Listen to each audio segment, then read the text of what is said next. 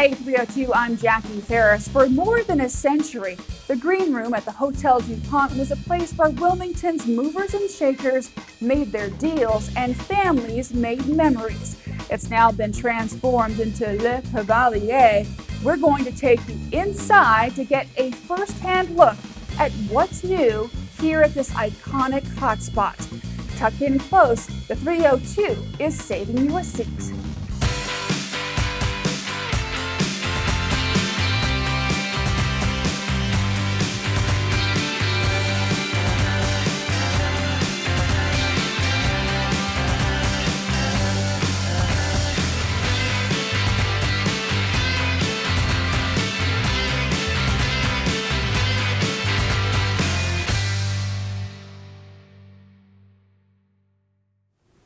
Hey 302, if you haven't been to the iconic hotspot formerly known as the Green Room, well, now is your chance. It has been reimagined as Le Cavalier or Le Cave. I'm joined now by Chef Tyler Aiken, who's also a partner here, to talk a little bit about Le Cave and how something that's old and iconic is now brand new and dazzling. Tyler, thank you so much for joining us. Thanks for having me.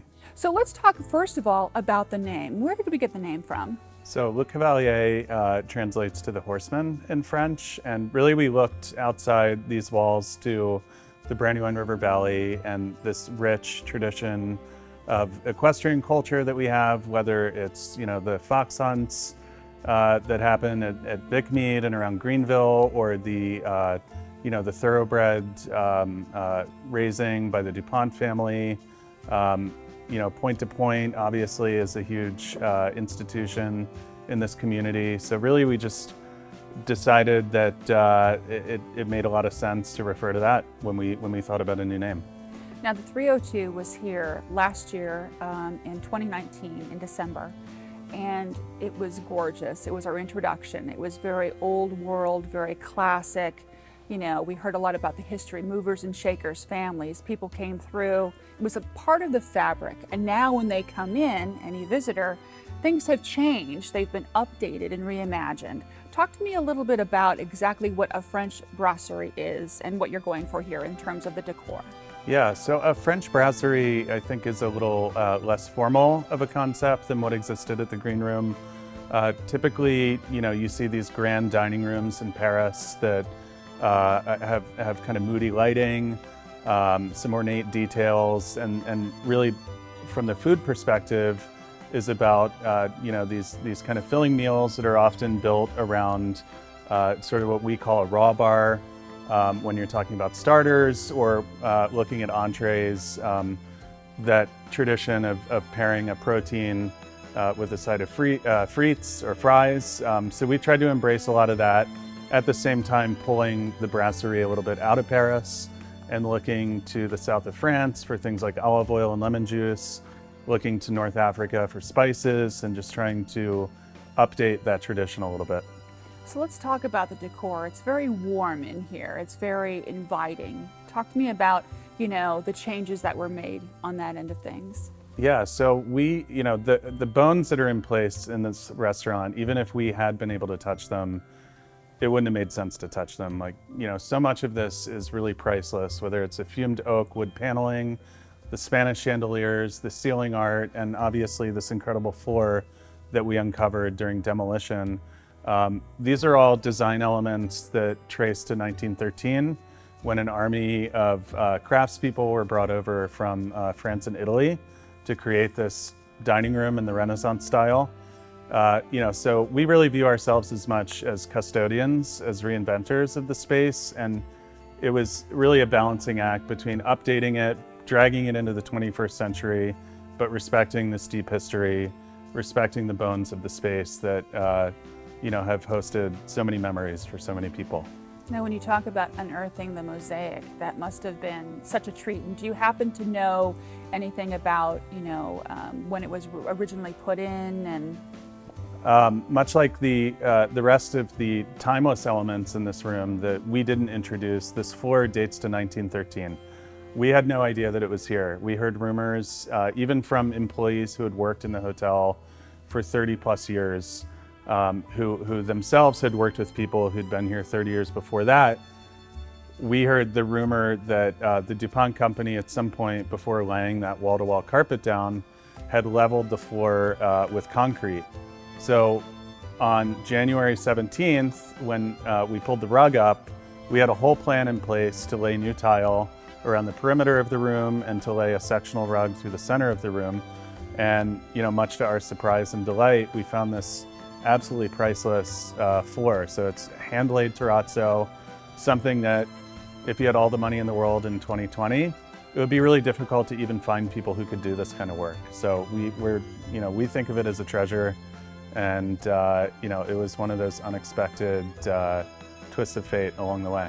Now, what about the addition of the bar?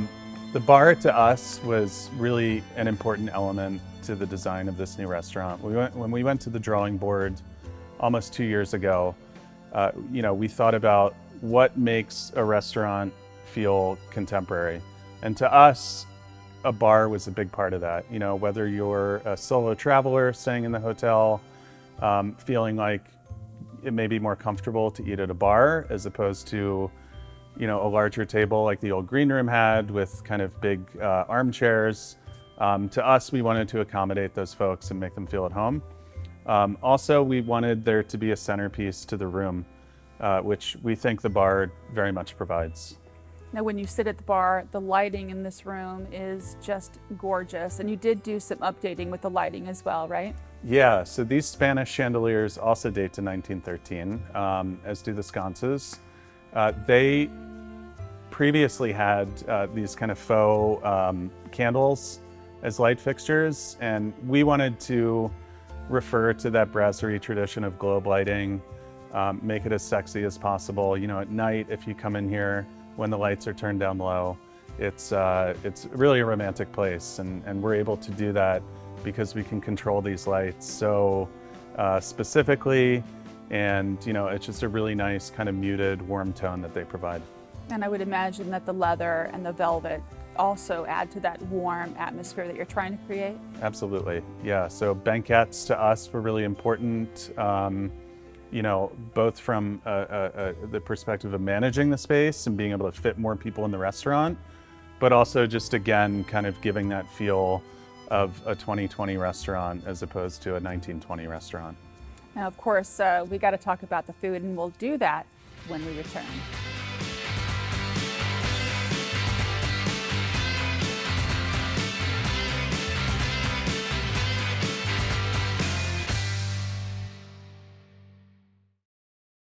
Hi, my name is Chad Nelson, and my roots are sunk in the 302. Welcome back. We're at Le Cave, and we're talking about the food. We're joined by Chef Tyler Aiken. So let's talk a little bit about this menu. It's warm, it's casual, but it's not sport casual. It's dressed up and reimagined, and it smells delicious. Thank you. So tell us a little bit about what we've got. Yeah, so what we're trying to do for our guests is provide an opportunity to eat really great, well-executed, comforting food, but also some more elevated dishes like the one you see in the center there. So the whole menu, we try to make the food look attractive on the plate. We obviously try to make it delicious, but there's an element of kind of rustic imperfection to the way we do everything. So part of the influence is North African. How do you incorporate that? So typically we do that in the form of spicing the food. So, we look at spice blends. We have a great partner in New York who blends amazing spices that we're lucky to have access to. Really, that's like the main nod to North Africa. So it's the spices, it's the preserved citrus, and occasionally we'll use ingredients like barberries that you see in the sauce on this plate in the center. Which is a dried berry that's really tart that you would find throughout the Mediterranean. So tell us, what is the dish in the middle? So that is rion. So rion are pieces of pork belly that are confit in a lot of red wine and garlic. So they get really soft and tender.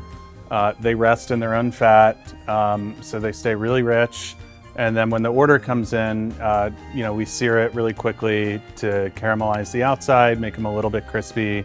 It's served with a really crispy pomme d'arfan, which is a shredded potato that gets baked with clarified butter, and then it gets deep fried.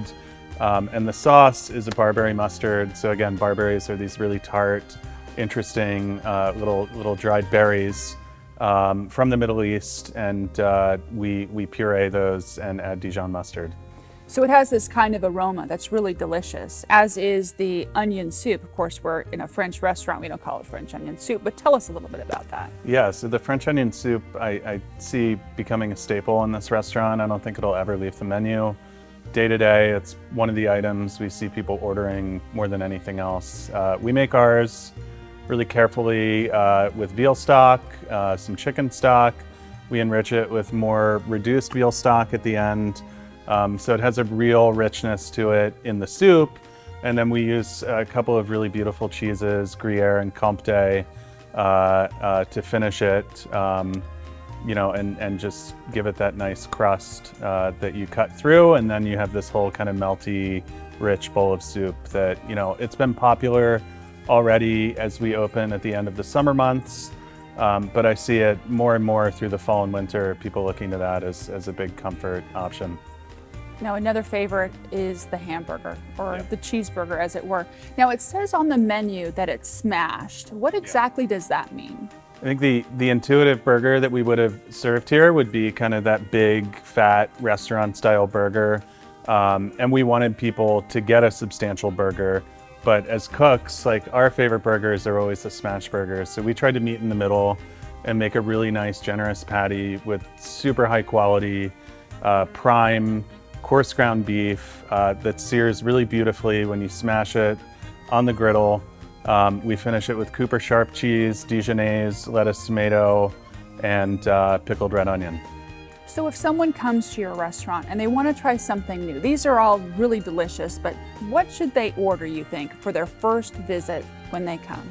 So I'm really partial to our lobster tail starter.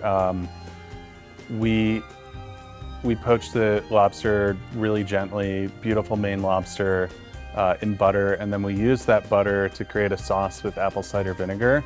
So for me, with my mom's family coming from Maryland and having that kind of crab eating tradition ingrained in my childhood growing up, we would always eat the crabs with apple cider vinegar and drawn butter. So that dish is kind of a nod to that experience I had growing up. I think it's just a luxurious, kind of beautiful dish that's really simple but delicious. I think, the burger, of course, that you have in front of you is a great option. We have some great seafood dishes.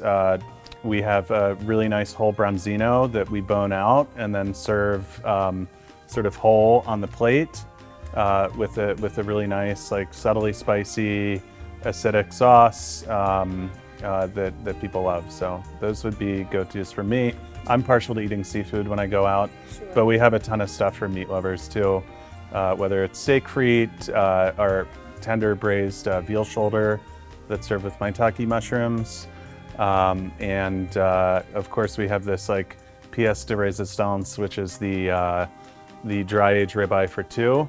It's a beautiful giant steak with au poivre sauce, served with pomme puree, and we see people ordering that quite a bit. Excellent. We're going to talk a little bit more about everything that Le Cave has to offer when we come right back.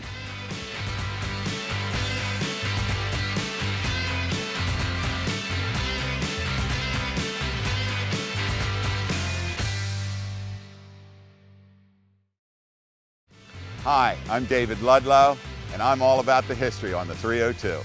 Welcome back. We're talking about all of the delicious food here at Le Cave. We're joined by Chef Tyler Aiken, who's taken us through the menu, but I want to ask you about the wine and the cocktails. You have a signature cocktail here, is that right? Yeah, the Hotel Dupont cocktail, which we discovered through our research about the history of the hotel and the restaurant itself. This cocktail actually traces to the mid-40s. It was prepared first in the space beneath us, which was sort of a speakeasy drinking venue where people would go to drink after work. It's kind of like a cognac martini. Really delicious, high octane.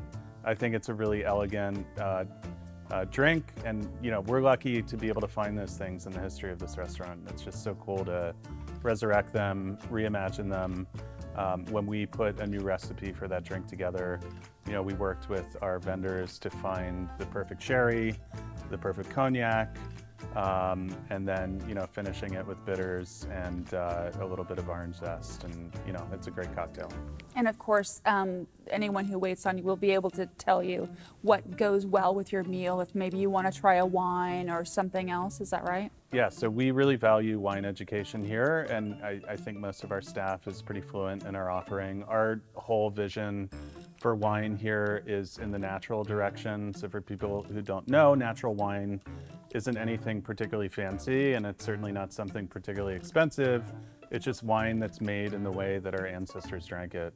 So before World War II, before the wine industry was industrialized, wine was really grown wine grapes were grown in a way that didn't have a lot of intervention, didn't have pesticides, and really that's the kind of wine that we're serving top to bottom here. So everything is just naturally sourced and blended together for a really good experience for folks when they come in. Yes. So this must be really exciting for you, being that you are a Wilmington native. Talk to me a little bit about, how thrilling it is to have come here when you were younger, and now this is your place, and you're serving your neighbors. Yeah, it's really a thrill and a privilege. I, grew up, the green room for me growing up in Wilmington was kind of unattainable in a way.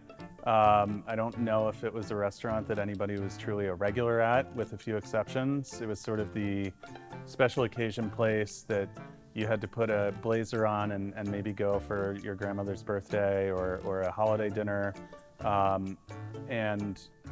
That made it really special for a lot of people. So whether it was marriage proposals or anniversary celebrations, this room has so many memories within the walls. And for us, the whole project was trying to do that justice, but at the same time, make it something that's commercially viable moving forward, a place that people want to come maybe once a week instead of once a year. And through things like outdoor dining, really try to enmesh the restaurant in the community and connect with what's outside the walls. Because that really is an expansion. I mean, they never had outside dining before, did they? No, that's right. And we have this beautiful square across from us, and to us it felt right to connect the restaurant with the outside, for people to be able to enjoy that view of Rodney Square, to be able to walk in off the street. We have a new entrance on 11th Street now, so you don't have to walk through the lobby and feel like you're going to a hotel restaurant per se. You can walk in and feel like you've walked into a freestanding kind of independent restaurant in that way. So it's elegance that's accessible, and you want people to really kind of make themselves feel home to where they come and try a dish maybe once a week, and just really kind of root into the new concept for the community. Yeah, and accessibility, I'm glad you used that word, because that was our North Star. We don't have a dress code. Our music is fun. We don't have white tablecloths. Our servers aren't wearing kind of tuxedos. We really tried to elevate the service, elevate the food, but just make it feel a little bit more approachable for folks here in Wilmington. Now, I know you've put your heart and your soul into the menu and just basically everything here. So talk to me a little bit about, what goes through your mind, what you think about whenever you create the specials, each week. Yeah, so right now we're in the process of rolling out our fall menu. So this is our first kind of sweeping menu change that we've had since we opened in early September. So it's just, I have an incredible team in the kitchen, who have their own ideas and their own visions, and we're able to collaborate in a really amazing way to create this food that we're all proud of. It's a real privilege right now in this environment to have the resources to do something like this, to have some creative freedom, because you know, a lot of restaurants are hurting right now, and it's hard, you know, without these 30-foot ceilings, without these 120 seats inside, it's hard to make a restaurant work in this environment. So to all of us, really, it's a privilege. It's been our privilege to sit down and talk to you about all the great things that you're doing here. Thank you so much. We'll be right back.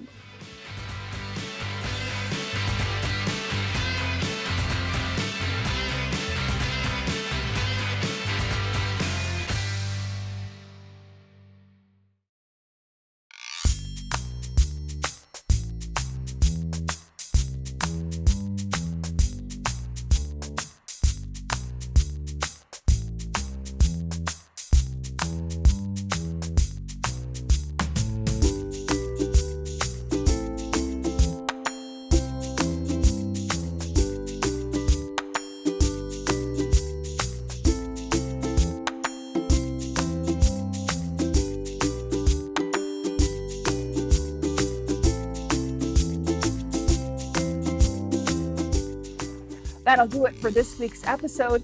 We leave you now with some lush florals by the Brandywine River. Until next time, I'm Jackie Ferris. We'll see you on the 302.